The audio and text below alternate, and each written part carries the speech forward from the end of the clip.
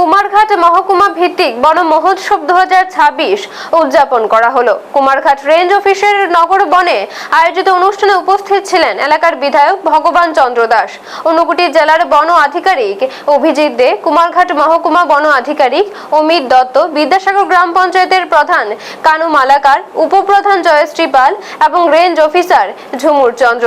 বৃক্ষরোপণ ও চারা গাছে জল দেওয়ার মাধ্যমে অনুষ্ঠানের সূচনা করেন বিধায়ক।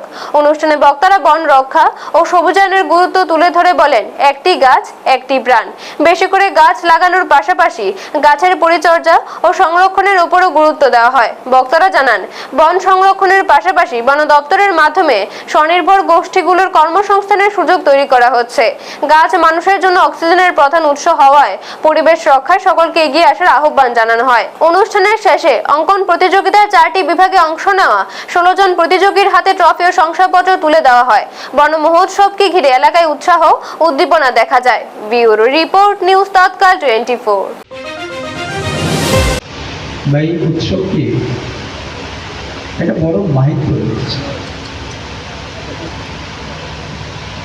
আমাদের প্রত্যেকে সেই বিষয়টা এখান থেকে আমাদেরকে অনুভব করে নিতে হবে। সংখ্যা যাই আমাদের এখানে উপস্থিত রয়েছে যথেষ্ট।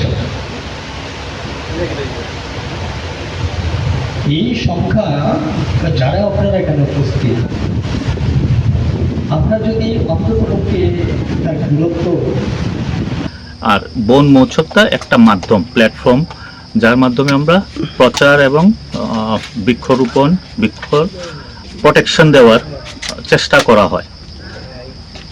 আচ্ছা, আজকের এই অনুষ্ঠানে অতিথি হিসেবে কারা কারা ছিলেন?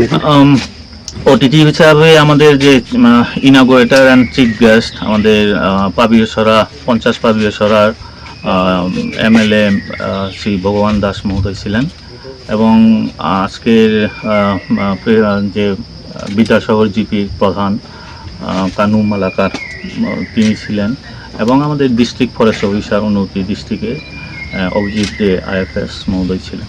আপনারা দেখছেন নিউজ তৎকাল 24।